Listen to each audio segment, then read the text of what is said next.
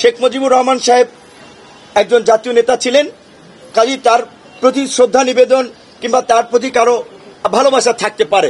এখন দেশের যে পরিস্থিতি, এই পরিস্থিতিতে যদি আপনারা এই ধানমন্ডিতে শোডাউন দেওয়ার প্রস্তুতি নেন, গোপালগঞ্জে আস্ফালন দেখানোর চেষ্টা করেন, তাতে এই দিকের যে ক্ষুব্ধ ছাত্র জনতা, আপনারা কিন্তু স্বাভাবিকভাবেই রাস্তার যে পরিস্থিতি আপনারা দেখেছেন, প্রাণ নিয়ে কিন্তু ঘুরে ফিরতে পারবেন না। কাজী দয়া করে আপনাদেরকে অনুরোধ করব, এই নৈরাজ্য তৈরি করার বিন্দুমাত্র দুঃসাহস দেখাবেন না। আমরা আপনাদেরকে গত 4-5 বছর ধরে বলছিলাম যে শেখ হাসিনা পালিয়ে যাবে, ওবায়দুল কাদের সালমান এফ রহমানরা হয়তো আফগানিস্তানের মতো প্লেনের চাকা ধরে পালাতে পারবে, আপনাদেরকে এই দেশে থাকতে হবে।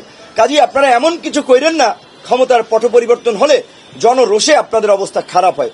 আপনারা কথা শোনেন নাই, আপনারা এমন কর্মকাণ্ড করেছেন, এখন জনগণ আপনাদেরকে পাইলে কি করবে আল্লাহ মাহবুদ জানে। তো সেই জায়গা থেকে আপনারা এইটুকু বলবো, আপনাদের প্রধান নেত্রী পালিয়ে গিয়েছেন, আপনাদের কারো কথা ভাবেন নাই। প্রধান সেই নেত্রীর ছেলে, তিনি বলেছেন যে তিনি কোনো পার্টির কথা, দলের কথা ভাবছেন না, তিনি তার মা, তার পরিবারের কথা ভাবছেন।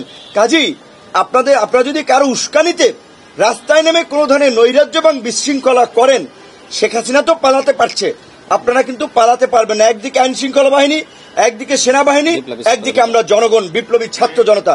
কাজী কোনো ধরনের নৈরাজ্য করার দুঃসাহস আপনারা দেখাবেন না। আমরা চাই যারা আছেন ক্ষমা চেয়ে আপনারা ভালো হয়ে যান, শান্তিপূর্ণভাবে দেশে থাকেন।